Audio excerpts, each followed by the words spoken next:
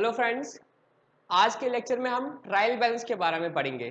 अभी तक अगर हम देखेंगे कि अकाउंट्स की डेफिनेशन जो अकाउंटिंग की डेफिनेशन जो हमने पढ़ी थी उसमें हमने पढ़ा था अकाउंटिंग इज एन आर्ट और process of recording, classifying and summarising of the transactions of the business which are of financial nature. ठीक है, तो हमने ट्रांजेक्शन वो सब कुछ पढ़ लिया क्या होता है। उसके बाद सबसे पहले हमने क्या पढ़ा है कि क्या करना है, रिकॉर्डिंग करनी है। तो रिकॉर्डिंग हम कहाँ करते हैं सर? हम जर्नल में रिकॉर्डिंग करते हैं। ये पढ़ा था हमने, हाँ सर ये पढ़ा था हमने। तो हम क्या करते हैं सर? हम एक जर्नल एंट्री करते हैं किसी भी ट्रांजेक्शन की। हम क्या करते हैं? जर्नल एंट्री करते हैं। उसमें हमने बेसिक रूल पढ़ा था, जितने डेबिट्स होंगे उतने ही क्या होंगे? क्रेडिट्स होंगे। हाँ सर हमने पढ़ा था जितने डेबिट्स होंगे हर एक ट्रांजेक्शन में कुछ अमाउंट डेबिट होगा तो उतने ही अमाउंट का क्रेडिट हो जाएगा। गिव एंड टेक हो जाएगा, जितना डेबिट होगा उतना क्रेडिट होगा। वो हम जर्नल एंट्री करते हैं। सर उसके बाद हम क्या करते हैं सर? हम क्लासिफाई करते हैं। क्लासिफाई में हम क्या करते हैं सर? हम पोस्टिंग करते हैं अपने अपने लेजर में। यहां पे अगर कैश और कैपिटल इन्वॉल्व होता था तो सर हम क्या करते थे? दो अकाउंट बनाते थे। एक तो कैश अकाउंट बनाते थे और हम कैपिटल अकाउंट बनाते थे। तो सर यहां पे डेबिट हो जाएगा 100 का और यहां पे क्रेडिट हो जाएगा 100 का। सपोज ठीक है 100 रुपए का कैपिटल उसने लाया। उसके बाद हमने ये भी सीखा जर्नल कैसे बनाते हैं, ये भी सीखा लेजर कैसे बनाते हैं, ये भी सीखा था। फिर इस लेजर को लास्ट में हम बैलेंस करते थे। सपोज कोई भी ट्रांजैक्शन नहीं हुई तो हम बोलते हैं ठीक है कैश का कितना बैलेंस है? डेबिट साइड में 100 है, क्रेडिट साइड में 0 है। तो हम बोलते थे इधर 100 है बैलेंस, इधर 100 बैलेंस है। तो कैश का डेबिट बैलेंस है 100 रुपया। इसी तरह से कैपिटल में क्या है? क्रेडिट आया था 100, डेबिट कुछ नहीं हुआ था, कुछ ही नहीं निकाला था। हम बोलते थे बैलेंस यहां पे दिखाते थे, इसको बैलेंस करते थे। पहले बोलते थे बैलेंस इसका 100 है, फिर ये जाके इधर आ जाता अगले मंथ में बाय बैलेंस ब्रॉट डाउन। ये जाके हमने लेजर में सीख लिया है। सो अगर किसी बच्चे को डाउट है, उसको अभी बैलेंसिंग नहीं करने आते तो मुझे व्हाट्सएप पे मैसेज कर देगा, मैं उसको समझा दूंगा। बट क्योंकि आपका बैच, आपका जो ये रिकॉर्डिंग पर्टिकुलरली हो रही है एसएसबी अकाउंट्स के लिए, तो उनको उतना डेप्थ में नहीं पूछा जाएगा, तभी जाके मैंने ज्यादा फोकस उन पे नहीं किया। जो मेन चीजें वो मैंने आप लोगों को बता दी है। एनीवेज हम इस नतीजे पर पहुंचे थे किसी भी ट्रांजैक्शन में क्या हो जाएगा, जब भी हम जर्नल एंट्री करेंगे जितने अमाउंट का डेबिट होगा उतने अमाउंट का क्रेडिट होगा। क्यों? जितना अमाउंट का गिव होगा उतने अमाउंट का टेक होगा। ठीक है, तो डेबिट और क्रेडिट बराबर होंगे। तो हम क्या करते हैं फिर? लेजर अकाउंट्स बनाते हैं। कैश अकाउंट में डेबिट हो जाएगा इस ट्रांजैक्शन का और कैपिटल अकाउंट में क्रेडिट हो जाएगा। ये भी हमने सीखा था फिर कि अगर हम क्या करेंगे, अपने काम को कैसे कम करेंगे, हम कुछ सब्सिडरी बुक्स बनाते हैं। वो सब्सिडरी बुक्स का मतलब हम उन चीजों की कोई जर्नल एंट्री डायरेक्टली नहीं करते, हम जाके उनको सब्सिडरी बुक्स में रिकॉर्ड करते हैं ताकि हमारा काम आसान हो जाएगा। एक अकाउंट में अगर सारी जर्नल एंट्रीज करेगा फिर वो बहुत मुश्किल होगा उसके लिए क्लास में करना। तो क्योंकि हमें पता है 50% ऑफ ट्रांजेक्शन कैश में होती है, तो हम क्या करते हैं कैश का अकाउंट डायरेक्टली बनाते हैं। तो फिर हमने सीखा था कि कैश बुक कैसे बनाते हैं, जिसमें हमने पढ़ा था सिंगल कॉलम, डबल कॉलम और ट्रिपल कॉलम कैश बुक। तो कैश अकाउंट तो डायरेक्टली बन गया। इसी बात हमने बोला कि परचेजेस की बहुत सारी क्रेडिट परचेज की ट्रांजेक्शन, सेल क्रेडिट सेल की ट्रांजेक्शन होती है उसके बाद। क्योंकि से अब बोलोगे सर क्या परचेज और सेल क्यों नहीं, खाली वो भी तो ज्यादा होती है। परचेज और सेल में जो कैश हो वो तो कैश अकाउंट में कैप्चर हो ही जाएगी, बाकी बचे क्रेडिट की तो उनकी अलग एंट्री बुक्स बनाते हैं। तो सब्सिडी बुक्स बनाते हैं और बाकी उसके बाद में फिर लेजर अकाउंट बनाते हैं और कैश का अकाउंट नहीं बनाते क्योंकि वो कैश खुद ही एक अकाउंट है। कैश का जर्नल नहीं करते हैं, वो एज अ लेजर अकाउंट ही बनाते हैं हम। ये हमने सीख लिया था। ठीक है, फिर हमने अकाउंट्स में पढ़ना है क्या? Recording, classifying, summarising. ये अब आज सीख के समराइजिंग हम कहां पे करते हैं सर? समराइज हम ट्रायल बैलेंस में कर रहे हैं। समराइज हम ट्रायल बैलेंस में करेंगे। यहां तक अगर तुम रिकॉर्ड देखोगे कि जितनी भी तुमने मेहनत की है, क्रक्स ये निकला है, चाहे वो डायरेक्टली कैश अकाउंट बनाया है या फिर लेजर अकाउंट्स बाकी सारे बना दिए हैं, सर आपके पास डिफरेंट लेजर अकाउंट्स है। आज की डेट तक यहां तक तुम लोगों ने अकाउंटिंग कर दी है, जितने भी लेक्चर मैंने रिकॉर्ड कर दिए। उसके बाद हम इस स्टेज पर पहुंचे हैं कि सर हमने सारे लेजर अकाउंट्स बना दिए हैं on the base of those transaction के रूल वो सब कुछ हमने पढ़ लिए। तो सर आज जहां पर हम खड़े हैं, इधर हम खड़े हैं, तो हमारे पास डिफरेंट लेजर अकाउंट्स है जो इन्वॉल्व हुए उस ट्रांजैक्शंस में जो विद इन दैट पीरियड होगी है। उन अकाउंट्स का क्या होगा सर? कैश में बहुत सारी ट्रांजैक्शन होगी तो कैश का कुछ बैलेंस होगा, कैपिटल का कुछ बैलेंस होगा, परचेजेस का कुछ बैलेंस होगा। तो इसी तरह अगर मैं यहां पे लिखूंगा कैश का कुछ बैलेंस होगा और सर परचेजेस का बैलेंस होगा। होगा कि नहीं होगा? बैलेंस का मतलब कैश कितना आया लेस कितना गया तो कितना कैश बचा है। जब इस लेजर अकाउंट को तुम बैलेंस करते हो तो पता चलता है कितना कैश है। सर हाँ हमें पता चलेगा कि कैश का कितना बैलेंस है, और एक परचेज अकाउंट है जिसमें लिखा है कि पूरे साल में हमने कितनी परचेज की है। तो सर हमारे पास एक परचेज अकाउंट है, उसका बैलेंस है कि हमने साल में इतनी परचेज की है। सर हमारे पास सेल्स अकाउंट है जिसमें पता चलता है कि हमें साल में कितनी सेल होगी है। सर हमारे पास कैपिटल है तो हमें पता चलता है कि आज की डेट में हमारी कैपिटल में कितना पैसा है, कैश में कितना पैसा है। और सर हमारे डेटर्स का बैलेंस पता चल रहा है, डेटर्स के लेजर अकाउंट्स है तो वहां से पता चल रहा है कि हमारे टोटल डेटर्स कितने हैं और हमारे क्रेडिटर्स कितने हैं। सपोज इतना ही है मेन चीज। और हमारे सैलरीज कितनी पे कर दी है हमने, सैलरी का अकाउंट बनाया होगा तो उसको टोटल कर लेते हैं तो हमें पता चल जाता है कि सैलरीज कितनी आज की डेट में दी है। वो कब पता चलता है, जब इन लेजर अकाउंट्स को बैलेंस करते हो eight the end of the period तो हमें पता चलता है कि किस में कितना बैलेंस है। और हमने रेंट पे कर दिया है तो इसका हमें बैलेंस पता चल जाता है कितना है, सैलरीज रेंट मैं एज्यूम कर रहा हूं इतना ये हमारा, ठीक है। और हमारे उसके बाद जनरल एक्सपेंसेस है सपोज, ये सर हमारे सारे लेजर अकाउंट्स है जो इन्वॉल्व हुए हैं आज की ट्रांजैक्शन, आज तक की ट्रांजैक्शन से ये सारे अकाउंट्स हमें बने हुए हैं। तो अब हम क्या करते हैं, अब हम क्या करते हैं, इन अकाउंट्स में जो भी बैलेंस होता है एक पेज पे उनका बैलेंस लिखते हैं। एक पेज लेते हैं उसमें हम लिखते हैं कैश, लेजर अकाउंट खोलते हैं, लेजर अकाउंट में देखते हैं कैश अकाउंट में कितना पड़ा है तो कैश का लिखते हैं। तो यहां पे ऐसा होता है, यहां पे हम दो हिस्से करते हैं, एक डेबिट होता है और क्रेडिट होता है, ठीक है। ये हम ऐसे एक स्टेटमेंट बनाते हैं। तो कैश अकाउंट खोलते हैं, वहां पे देखते हैं कैश में कितना पैसा पड़ा होगा। सपोज कैश में अभी 1000 है, ठीक है, मैं छोटा अमाउंट ले रहा हूं ताकि क्लियर हो जाएगा, ठीक है। उसके बाद हम परचेज, अब मैंने देखा कैश में डेबिट लिखा, क्यों सर, कैश का बेसिक रूल क्या है, cash is an asset, asset जब आएगा तभी तो डेबिट हो जाएगा, जब कैश होगा तभी तो तुम्हारे पास कैश का बैलेंस होगा। अगर ऐसा हो सकता है कि आपके पास 10 रुपया कैश आए और निकले 20 रुपया, सर इट्स इम्पॉसिबल, जब कैश होगा तभी तो खर्च करेंगे ना।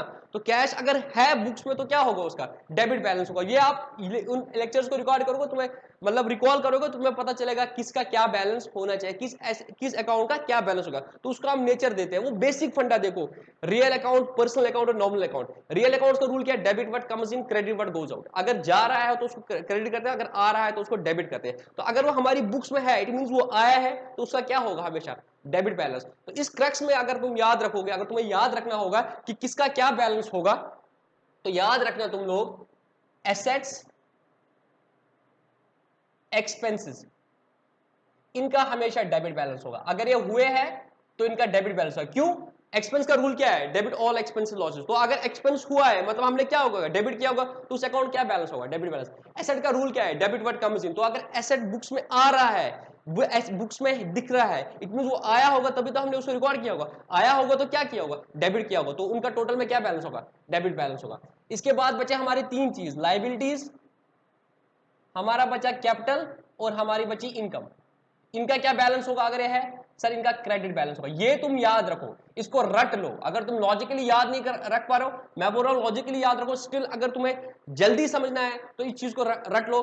एसेट्स और एक्सपेंस का डेबिट बैलेंस होगा, लायबिलिटीज, कैपिटल और इनकम का क्रेडिट बैलेंस होगा। चाहे तुम मॉडर्न अप्रोच से याद करो या ट्रेडिशनल अप्रोच से याद करो। मॉडर्न अप्रोच में हमने पढ़ा था यही 5 चीजें हो सकती है, और फिर हमने पढ़ा था एसेट और एक्सपेंस अगर बढ़ेंगे उनको डेबिट करेंगे। बढ़ेंगे कब, जब वो बिजनेस में आ जाएंगे या बिजनेस में इनकर हो जाएंगे। और लायबिलिटीज अगर बिजनेस में आ गई या कैपिटल हो आ गई या इनकम हो गई तो इनको हम क्या करते हैं, जब बढ़ाना होता है तो इनको हम क्रेडिट करते हैं। तो अगर कैपिटल आई है बिजनेस में तो कैपिटल को क्या किया होगा, सर कैपिटल को क्रेडिट किया। इनकम आई है तो इनकम को क्या किया होगा, क्रेडिट को। अगर इनकम मुझे दिख रही है तो उसका क्या बैलेंस होगा, सर उसका क्रेडिट बैलेंस होगा। लायबिलिटी इन करके हो गई, क्रेडिट द गिवर करके बोल के, तो अगर लायबिलिटी होगी तो क्या उसका होगा, क्रेडिट बैलेंस। अब इसी तरह से तुम क्या देखते हो, कैश अकाउंट देख लिया, अब कैपिटल अकाउंट में जा रहे हो कि कैपिटल में कितना पैसा है, सर कैपिटल में 5000 रुपया है, तो कैपिटल का क्रेडिट बैलेंस कितना होगा, 5000। सर सेल कितनी की है, सर हमने सेल 20000 की है। परचेज कितनी की है, सर परचेज हमने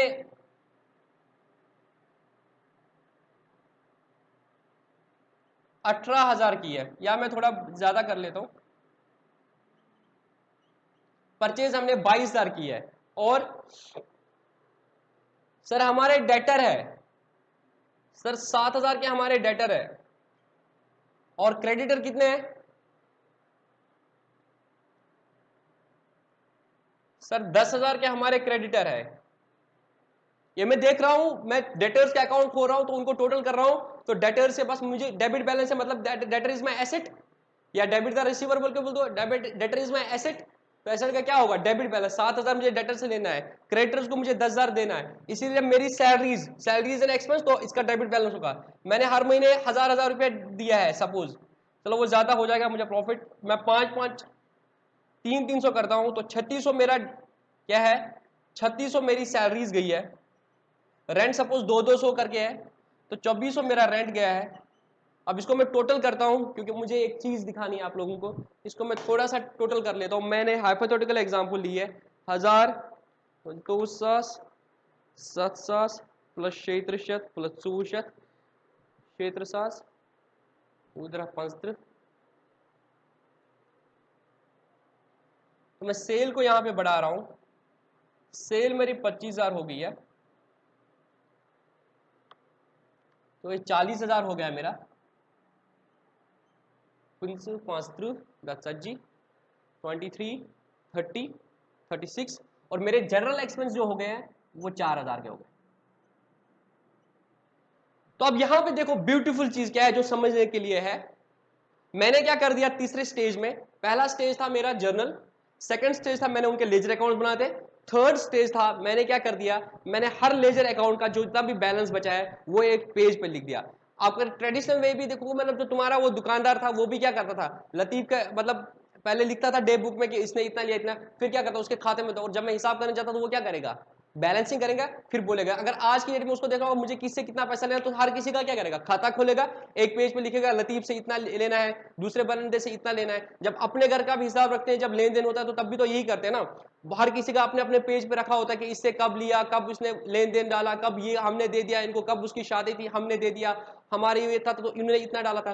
फिर एक पेज पे बैलेंस करते हैं कि आज की डेट में हमें देखना किससे कितना पैसा लेना है या किसको कितना पैसा देना है। इसी तरह से हम बिजनेस में भी यही करते हैं, जर्नल एंट्री करते हैं, लेजर अकाउंट करते हैं, और eight the end of the period हम क्या करते हैं, एक पेज पे जितने भी ये सारे अकाउंट्स हैं हर में देखते हैं हमें कितना बैलेंस होता है, उनको एक स्टेटमेंट में डालते हैं, जिन जिनका डेबिट बैलेंस है वो ऐसे लिखते हैं, जिनका क्रेडिट बैलेंस है वो ऐसे लिखते हैं। यहां पे जब तुमने ब्यूटीफुली देखा eight the end of the period हमने क्या देखा, जितने भी डेबिट्स हुए हैं उतने ही क्रेडिट्स हुए हैं। This is the funda of, this is because of dual aspect concept, for every debit there will be an equal and corresponding credit, जो हमने पहला रूल पढ़ा था।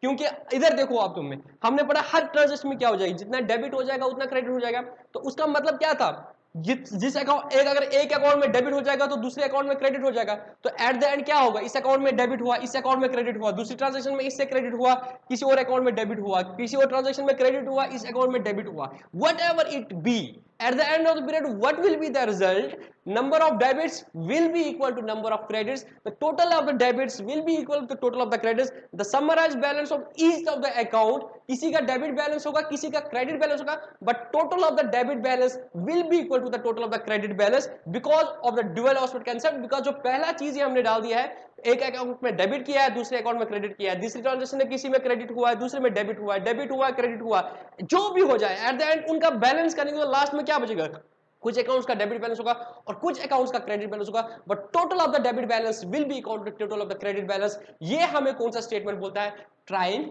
बैलेंस। तो यहां पे हमने देखा कितने अकाउंट्स है जिनमें डेबिट हुआ है, 1 2 3 4 5 6 अकाउंट्स का डेबिट बैलेंस है और 3 अकाउंट्स का क्रेडिट बैलेंस है। इससे अकाउंट्स बराबर जरूरी नहीं है, बट जो अमाउंट है वो बराबर होने चाहिए, जितने टोटल डेबिट्स है वो 40,000 है और टोटल क्रेडिट बैलेंस 40,000 है। तो अगर ये चीज हम कर रहे हैं तो हम क्या कर रहे हैं, एक स्टेटमेंट बना रहे हैं। अब आप बोलोगे सर हम स्टेटमेंट क्यों बनाते हैं, इसके 2-3 फायदे हैं वो मैं बताता हूं। पहले क्या है, ये जो समराइज कर रहे हैं, हमने क्या किया, पहले रिकॉर्डिंग कर दी, उसके बाद किया क्लासिफाई कर दिया, फिर समराइज कर दिया कि क्रक्स का निकला। हम करते थे ना, मतलब आप याद करो इंग्लिश में शायद हम पोएम्स का वो लिखते थे, मुझे अभी याद नहीं आ रहा है, तो उसमें हम लास्ट में क्या लिखते थे, समरी लिखते थे, लास्ट में समरी लिखते थे। बहुत जगह पे ये वर्ड यूज करते थे हम, समरी लिखना, क्रक्स का निकला, लास्ट में क्रक्स ये निकला किसी का डेबिट बैलेंस है किसी का क्रेडिट बैलेंस है। इतना जो हमने लेजर अकाउंट कैश अकाउंट बनाया जिसमें हजारों ट्रांजैक्शंस होगी इस साल में, एट द एंड क्या निकला हमें कि कैश का बैलेंस 1000 रुपए है। परचेजेस जितनी भी होगी इस साल में वो हमने लेजर में डाल दी, एट द एंड हमें पता चला कि समरी क्या है, what is the summary, the summary is that the total number of purchase in that period is only 22,000। Sales में बहुत ट्रांजैक्शंस होगी, जितनी भी transaction, the summary is that the total of the sales in the period is 25,000. The capital may be introduced once or twice or thrice, but the total capital at the end of the period is 5,000. Debtors बहुत सारे हो सकते हैं, हर cell की वजह से हो सकता है तुम्हें डेटर ही अराइज हो जाए। और टोटल नंबर ऑफ डेटर्स कितने हैं, समराइज में हमें पता चलता है 7,000 डेटर्स है। तो हमने क्या किया, समराइज कर दिया, उन सब लेजर अकाउंट का सिर्फ खुलासा निकाल दिया लास्ट में कि किसका क्या बैलेंस है। तो वो हमने क्या कर दिया, वो समराइज्ड जो इतना बड़ा था उनको समराइज कर दिया, उसका इतना बैलेंस इतना बैलेंस। तो समराइज करो, you are able to identify ना कि मैं क्या बोलना चाहता हूं। हम क्या कर रहे हैं, समराइज कर रहे हैं। किस में कर रहे हैं, एक स्टेटमेंट बना रहे हैं। जैसे हम क्लासिफाई लेजर में करते थे, रिकॉर्डिंग जर्नल में करते हैं, इसलिए समराइज हम किस में करते हैं, हम एक स्टेटमेंट बनाते हैं। यहां पे वर्ड याद रखो, ट्रायल बैलेंस के बारे में सबसे पहली चीज जो तुम्हें याद रखनी है, ये मैं इसलिए बोल रहा हूं क्योंकि आपके ऑब्जेक्टिव टाइप अकाउंट आ सकते हैं। Trial balance is a statement. आप एक पेज लेते हो, उसमें लिखते हो कैश का कितना बैलेंस है, परचेज का कितना balance. This is the format of the trial balance, particulars, debit, credit. ठीक है, यहां पे एक और होता है, मैंने लिखने की मतलब लिखा नहीं यहां पे, लेजर फोलियो, मतलब कैश का कौन सा, क्योंकि कैश में किसी भी पेज पे आपने टोटल किया होगा लास्ट में, तो वो लेजर फोलियो का रेफरेंस, परचेज का लेजर फोलियो का रेफरेंस, वो मैंने यहां पे लिखा नहीं है। तो ठीक है, उसकी जरूरत नहीं है। बट क्रक्स यही निकला कि ट्रायल बैलेंस क्या है, एक स्टेटमेंट है। और लेजर क्या है, लेजर एक अकाउंट है। लेजर क्या होता है, एक अकाउंट होता है। अकाउंट का टी फॉर्म होता है। ठीक है, ये हो गया ट्रायल बैलेंस, एक स्टेटमेंट है जो हम क्या बनाते हैं, eight the end of the period बनाते हैं। कैसे बनाते हैं, हर लेजर अकाउंट को पहले बैलेंस करते हैं, वहां जो क्या करते हैं, टोटल जो बैलेंस होगा उसका, उसको हम यहां पे डालते हैं। डेबिट साइड में डेबिट वाले डालते हैं, क्रेडिट साइड में करते हैं, लास्ट में फिर टोटल करते हैं। ये 40,000 के डेबिट बैलेंस है, और करस्पॉन्डली क्या होगा, क्रेडिट बैलेंस भी कितने होंगे, 40,000 होंगे। ठीक है, क्यों बनाते हैं, सबसे पहली चीज अरिथमेटिकल एक्यूरेसी। सबसे ज्यादा आप यही चीज देखोगे कि ट्रायल बैलेंस हम क्यों बनाते हैं। अगर आप कोई भी बुक पढ़ोगे तो वो बोलते हैं trial balance is a statement which is prepared at the end of the period to check the arithmetical accuracy of the accounting.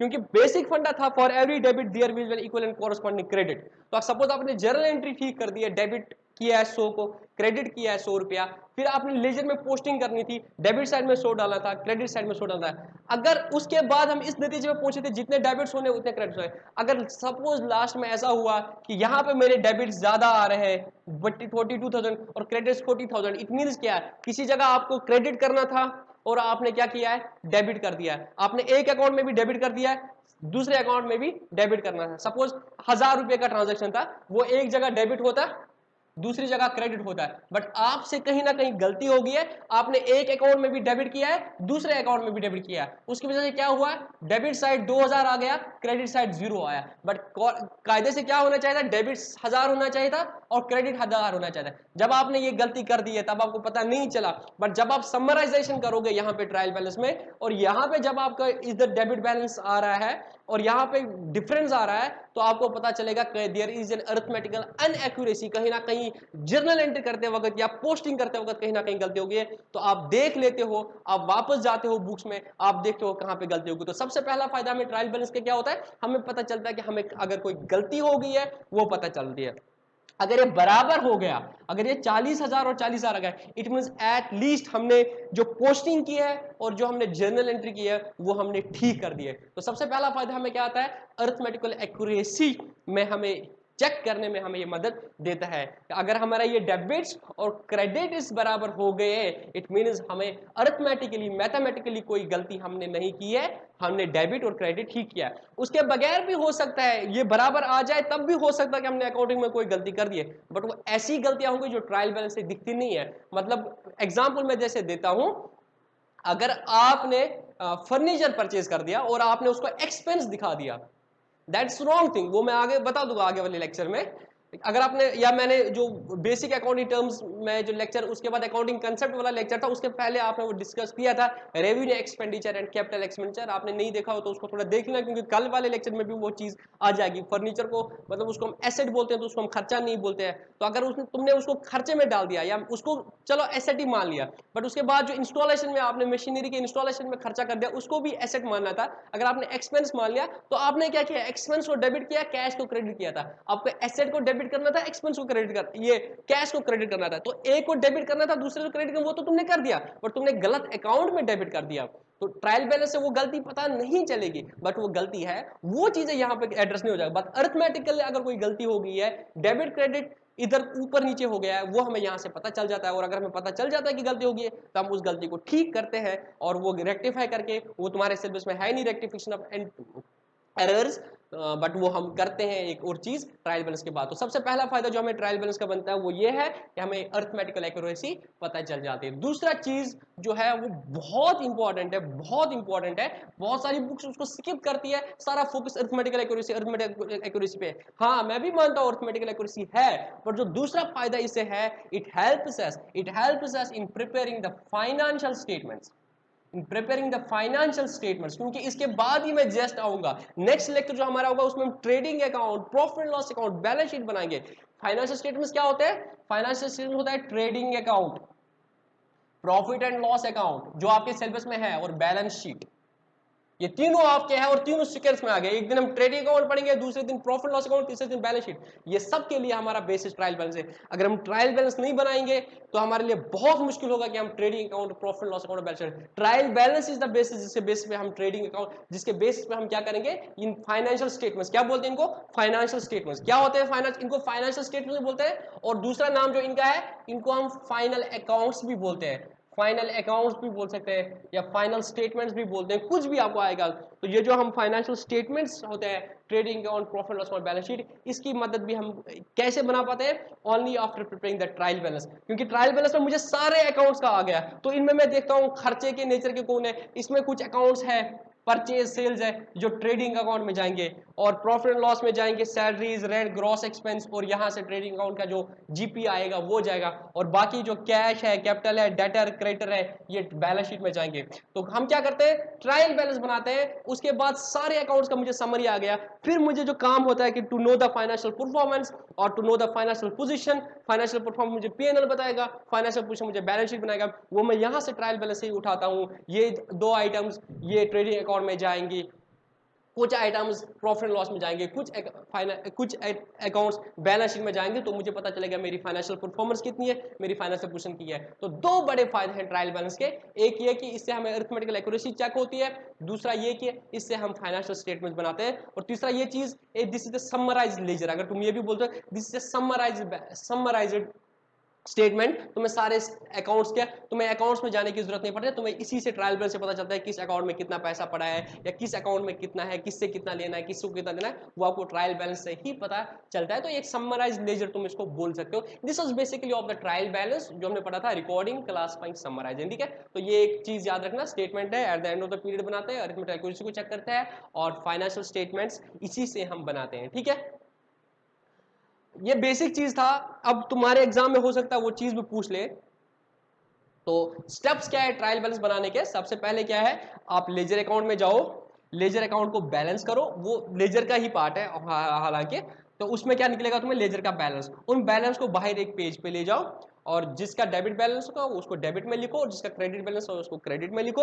Step number 3, तुम टोटल करो और चेक करो जितने डेबिट्स हैं उतने क्रेडिट्स हैं। अगर ये है तो तुम्हारा ट्रायल बैलेंस ठीक है। उसके बाद तुम क्या कर सकते हो, तुम अपने फाइनेंशियल स्टेटमेंट्स बना सकते हो।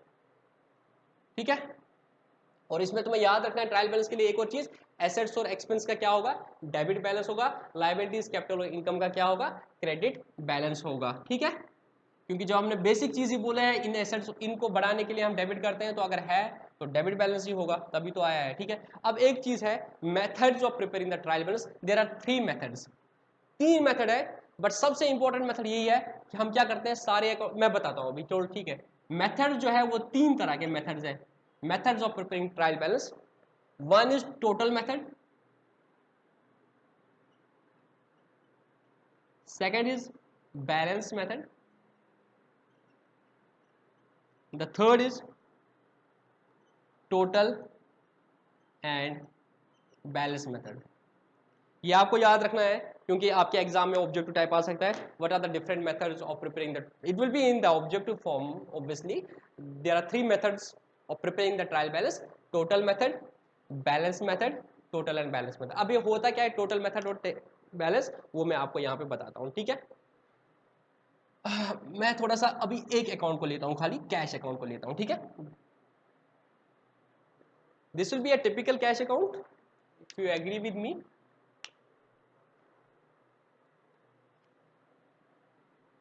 अगर मैं कैश अकाउंट यहां पे बनाऊंगा, this is the format of an account, this is debit side and this is credit side. Cash आया होगा पहले सपोज टू कैपिटल 5000 एग्जाम्पल. उसके बाद तुमने क्या कर दिया, तुमने परचेज कर दी, सपोज 2000 की परचेज कर दी एज एज्यूम. फिर तुमने सेल कर दी, तुमने ये माल बेचा 3000 में, फिर तुमने और परचेज कर दी, ऐसे तुम सेल्स करते रहे हो. उसके बाद तुमने सैलरी दे दी, सैलरी से कम हुआ होगा सपोज 3600, तुम्हारी सेल आई होगी 6000, तुम्हारी परचेज हुई होगी 2000.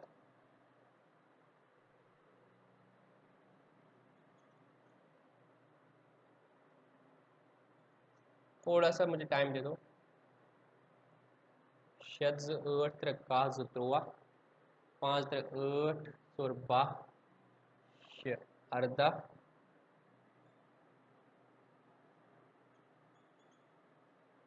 ये तुम्हारा लेजर अकाउंट है, दिस इज कैश अकाउंट. ये जब तुम कैश अकाउंट बना रहे हो, क्योंकि हम कोई जर्नल एंट्री नहीं करते, डायरेक्टली लाते हो, तो कैपिटल में पैसा, कैपिटल का पैसा आया तो तुमने डाल दिया कैश अकाउंट में. ये तुमने सारी लेजर पोस्टिंग कर दी, जो डायरेक्टली हम cash being a cash book, a subsidiary book as well as a principal book, हम डायरेक्टली कैश अकाउंट बनाते हो, तो इस तरह से बनते हैं. इसके बाद पीरियड खत्म हुआ, अब तुम क्या करोगे, ये मैं अगेन तुम्हें बोलता हूं, अगर तुमने बैलेंसिंग नहीं सीखा है, जब लेजर में सारे अकाउंट्स आ गए, सारी ट्रांजैक्शंस आ गई, उसके बाद हमें देखना होता है बैलेंस कितना है, तो हम क्या करते हैं, डेबिट साइड और क्रेडिट साइड को टोटल करते हैं. कैश में आप डेबिट साइड का टोटल करेंगे 5 3 8 और 12 अर्धा, तो 18000 इज द डेबिट बैलेंस. अगर तुम कहीं पे लिख लोगे 18000 आ रहा है डेबिट बैलेंस. इसी तरह से तुम क्रेडिट साइड देखोगे, 3 2 5 5 और 6 11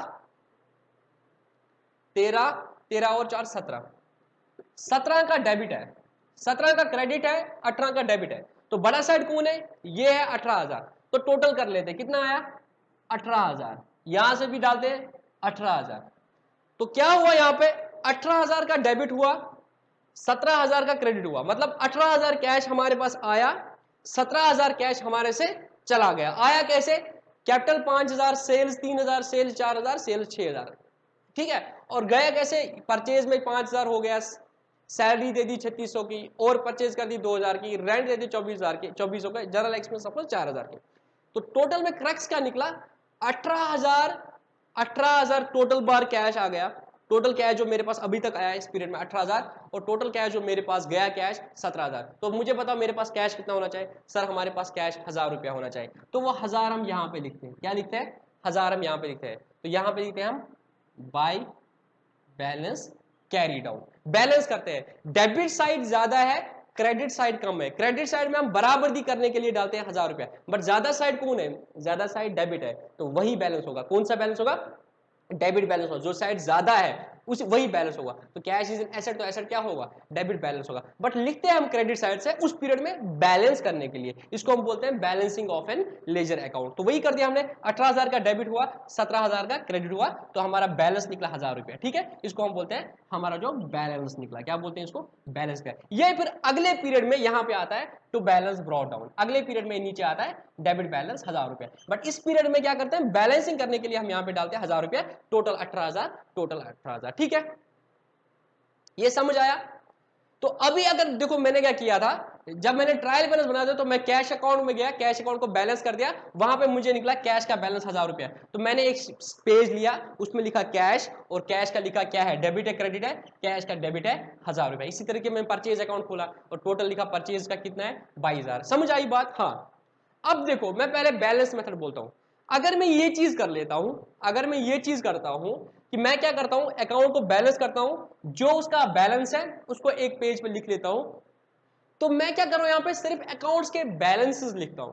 किसी का डेबिट बैलेंस है, किसी का क्रेडिट बैलेंस है, मैं सिर्फ बैलेंसेस लिखता हूं. अगर मैं इस तरह से ट्रायल बैलेंस बनाता हूं कि मैं सिर्फ अकाउंट्स के बैलेंसेस लिखता हूं, तो उसको बोलते हैं बैलेंस मेथड. क्या बोलते हैं उसको, balance method. Balances of accounts और रिटर्न, तो उसको बोलते हैं बैलेंस मेथड।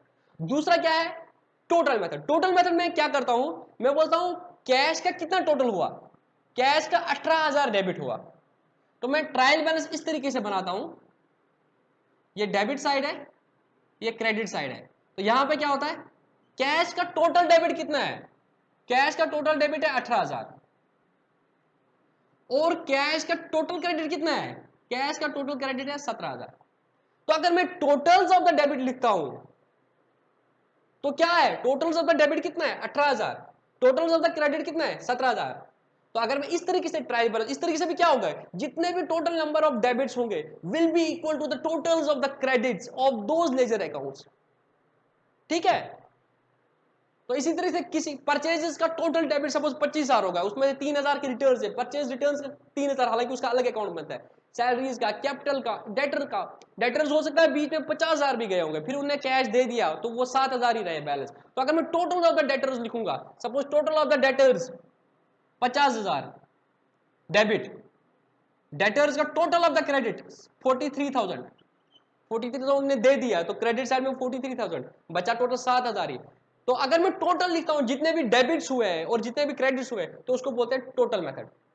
बट इसको हम ज्यादा यूज नहीं करते क्योंकि इससे हमें पर्पस भी सर्व नहीं हो रहा है, क्योंकि हमें ऑलरेडी एक चीज तो समराइजिंग वाला तो ये वाला पार्ट तो हो जाएगा, अरिथमेटिकल एक्यूरेसी इससे चेक आराम से हो सकता है टोटल मेथड से, क्योंकि तो अब क्या होगा, जितने भी टोटल ऑफ द डेटर्स और टोटल ऑफ द क्रेडिटर्स बराबर होंगे, यहाँ पे summary of the debits and the summary of the credits बराबर होता है, यहाँ पे total of the debits and the total of the credits in each account करके वो बराबर होता था।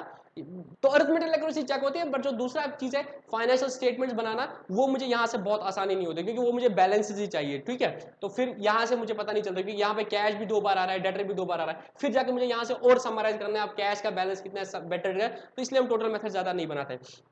तीसरा मेथड क्या है, टोटल एंड बैलेंस मेथड। तो इसमें कुछ नहीं है, इसमें क्या बनते हैं, 4 बनते हैं, कैश, ये total debit, total credit, debit credit. तो इसमें इस तरह से आएगा, अगर कैश होगा तो again cash, cash, total debit 50,000 suppose, नहीं 18,000, टोटल क्रेडिट 17,000, ये एक बनेगा, और डेबिट क्रेडिट में सिर्फ इधर आएगा 1,000 रुपया, इधर कुछ नहीं आएगा। ठीक है, इसी तरीके से दूसरा डेटर, तो फिर जाके उनका टोटल, तो ये टोटल मेथड है, ये डेबिट मेथड है। ठीक है, तो टोटल एंड बैलेंस मेथड जो है, ये टोटल वाला है, ये बैलेंस वाला, तो दोनों हम बनाते हैं, टोटल डेबिट भी टोटल क्रेडिट, ये भी हम यूज नहीं करते हैं क्योंकि हमारा टाइम जाया होता है और कुछ नहीं बनता है।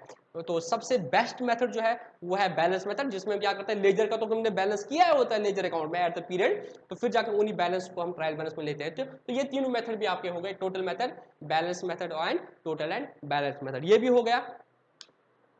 तो अब मैं एटलीस्ट जस्ट आपका नोट देखता हूँ, कुछ मत है जो मैंने कवर नहीं किया है। ट्रायल बैलेंस का आपका इतना ही था। नेक्स्ट लेक्चर जो है उसमें हम बहुत इंपॉर्टेंट करेंगे कि इस ट्रायल बैलेंस से हम कैसे ट्रेडिंग अकाउंट बनाते हैं, प्रॉफिट लॉस अकाउंट बनाते हैं और बैलेंस शीट बनाते हैं। मतलब ऑलमोस्ट आपका 60% कंप्लीट हो गया है, अकाउंटिंग 60 to 70% आपका कंप्लीट हो गया। अब हमारा मतलब क्या बचा है, वही 30% बचा है, 10% trading account, 10% profit loss account, 10% balance sheet. फिर आप इस पोजीशन में हो सकते हो कि आप एक सोल प्रोप्राइटर की, मतलब एक सिंपल दुकान की जिसमें एक ही मालिक है, आप उसकी बुक्स बना सकते हो, आप उसका प्रॉफिट लॉस बना सकते हो, आप उसकी बैलेंस शीट बना, ऑनेस्टली मैं बोलता हूँ आप आराम से बना सकते हो अगर आपने पुराने लेक्चर्स अच्छे से पढ़ लिए है, ये वाला लेक्चर देख लिया है, और आने वाले 3 लेक्चर जिसमें हम एक में ट्रेडिंग अकाउंट के बारे में बात करेंगे, तो उसमें हम सीखेंगे कि ग्रॉस प्रॉफिट या ग्रॉस लॉस कैसे पता चलता है, उसके बाद हम प्रॉफिट लॉस अकाउंट बनाएंगे जिसमें हम सीखेंगे कि net profit and net loss कैसे निकलता है, उसके बाद हम बैलेंस शीट बनाएंगे जिससे हमें पता चलेगा हमारी फाइनेंशियल पोजीशन क्या है। तो ये 3 लेक्चर के साथ मतलब आप समझ लो मेन अकाउंट्स का, बाकी जो आपको अलग से दे दिया वो अलग बात है, बट मेन अकाउंटिंग के लिए जो 100% अगर आप देखेंगे 70% आज के लेक्चर से कंप्लीट होगा, अब 30% ही बचा है, तो वो 3 लेक्चर में हम 10% कवर करके आप इस पोजीशन पे हो सकते हो कि आप आप अकाउंटिंग करो, आप किसी का प्रॉफिट लॉस और बैलेंस शीट बना सकते हो, जो हमें अल्टीमेट गोल था। Accounting is the art of recording class में, this just art of recording class में समझ, but what was our goal was to arrive to interpret the results, to know the financial position, to know the financial performance will be depicted through profit loss account, financial position will be depicted by balance sheet. तो वो हमारा ultimate goal था, financial position बताना। उसके बहुत करीब हम पहुंच गए, हमें बैलेंस पता चल गया। तो यहां से हम देखेंगे कि हम कैसे फाइनेंशियल परफॉर्मेंस और financial position of A company, मतलब ऑफ द एंटरप्राइज बिजनेस निकाल देंगे। वो हम आने वाले लेक्चर्स में कर देंगे। तो आप लोग, मैं जस्ट अभी देखता हूँ जो मैंने नोट्स आपके साथ शेयर कर दिए, क्या उसमें से ऐसा कुछ तो नहीं है जो मैंने छोड़ दिया है। हालांकि मैंने कोशिश कर दी है सारा कवर करने की। ट्रायल बैलेंस के मैंने आपने बता दिया अरिथमेटिकल एक्यूरेसी के लिए, क्यों बेसिक फंडा है, for every debit there will be equal and corresponding credit. उसके बाद ये this the third stage, the recording is the first stage, classifying is the second stage and the summarising is the third stage. और मैंने आपको बता दिया procedure क्या है, पहले बैलेंसेस देखो, उसके बाद एक स्टेटमेंट ले लो, उसमें सारे डाल दो, फिर total of the debits and total of the credit करो, वो बराबर हो जाएंगे। तो इट मींस हमारा सब कुछ है। ऑब्जेक्टिव क्या है, अरिथमेटिकल एक्यूरेसी हमें पता चल जाती है, हम फाइनेंशियल स्टेटमेंट्स बना पाते हैं और हमें गलती पता चल जाती है क्या है, ठीक है। उसके बाद मैंने मेथड्स बोल दिए, total method, balance method, total cum balance method. उसके बाद मैंने एक फॉर्मेट दिया है, एक trial balance, typical trial balance कहता है। तो मैंने यहाँ पे खुद से एक हाइपोथेटिकल एग्जांपल लेके वो भी आपको यहाँ पे सिखा दिया है कि टोटल डेबिट और टोटल क्रेडिट बराबर हो जाएंगे। बेसिक रूल वही है, for debit divided by credit. अगर कोई अकाउंट डेबिट हुआ तो कोई अकाउंट क्रेडिट होगा, उसमें टोटल में डेबिट्स इतनी बार हुआ, क्रेडिट्स को तो लास्ट में बैलेंस निकलेगा। तो इसी तरह से अगर ये डेबिट हुआ तो कोई अकाउंट क्रेडिट हुआ तो उसका बैलेंस क्रेडिट होता है। तो जितने डेबिट होंगे उतने क्रेडिट तो अरिथमेटिक पता चल जाती है। और उसके बाद हम प्रॉफिट लॉस बैलेंस शीट बनते हैं। कुछ मल्टीपल चॉइस क्वेश्चंस मैंने दिए हैं, मैं आंसर्स देता हूं, वो आप लोग कर देना। कुछ चीजें हैं जो मैं जो ट्रायल बैलेंस के साथ ही शायद होती है, बट मैं कोशिश करता हूं कि क्योंकि बहुत सारे बच्चे नॉन कॉमर्स बैकग्राउंड के हैं, मैं कोशिश करता हूं कि उनमें इतने कंसेप्ट्स एक साथ ना डालूं कि उनका दिमाग में वो हैंग हो जाए और लूप वाला प्रोसेस चल जाए और वो शायद उनको लगे कि टफ है। तो मैं तभी सिंप्लीफाई करने की कोशिश करता हूं। तो मैंने बेसिक चीजें बोली, कुछ चीजें हैं जो इसके बगैर भी ट्रायल बैलेंस में नीचे आती है, वो अलग से चीज है, वो मैं आगे वाले लेक्चर में, पहले ट्रेडिंग और वो सारा चीज, फिर मैं एक और लेक्चर रिकॉर्ड करता हूँ जिसमें बोलूंगा कि ये चीजें भी होती है, ये चीजें भी होती है ना। वो किसी भी बुक में होता है कि पहले आप सिंपली बता, फिर यार ये भी हो सकता है, ये भी हो सकता है, वो मैं अलग से रखा हूँ। बट क्योंकि पहले मतलब क्या गोल होना चाहिए, पहले बेसिक बात तो समझ में आ जाए, फिर एक टिपिकल चीज जो है, कॉम्प्लिकेटेड चीज है, उसको बताऊंगा। तो कुछ चीजें हैं जो आप शायद किसी बुक में पढ़ोगे, आप बोलोगे एडजस्टिंग एंट्रीज कुछ कंसेप्ट है, क्लोजिंग स्टॉक आता है नीचे, वो तो यहाँ पे दिखाया नहीं है, वो मैंने डेलिबरेटली नहीं दिखाया। बियर विद मी, मैं वो अपने टाइम पे जब मुझे लगेगा ठीक है अब मैं ये डोज दे सकता हूँ, तभी मैं वो चीजें आपको बता दूंगा, ठीक है। तो अगर आपका कहीं पे मल्टीपल, आप कोई और बुक कंसल्ट करें, वहां पे मल्टीपल चॉइस क्वेश्चन में कोई चीज आ गया, एडजस्टिंग एंट्रीज कब से, डेप्रिसिएशन, क्लोजिंग स्टॉक अगर ट्रायल बैलेंस में हो तो क्या करेंगे, तुम बोलोगे लतीफ ने तो ट्रायल बैलेंस हमें पढ़ा दिया, पर इसने तो ये बात नहीं बताते। तो मैं उसको अपने पास रख रहा हूँ, तो मैं जब मुझे लगेगा कि वो जरूरत है बोलने की, तो उस लेक्चर में आपको वो बात में बोल दूंगा तब, ठीक है। तो इतना ही था आज के लेक्चर में। कल के लेक्चर में हम क्या पढ़ेंगे, ट्रेडिंग अकाउंट पढ़ेंगे। आप इस लेक्चर को देख लेना, इन नोट्स को पढ़ लेना, कोई भी डाउट होगा तो मुझे मैसेज कर देना, ठीक है। मिलते हैं कल के लेक्चर में।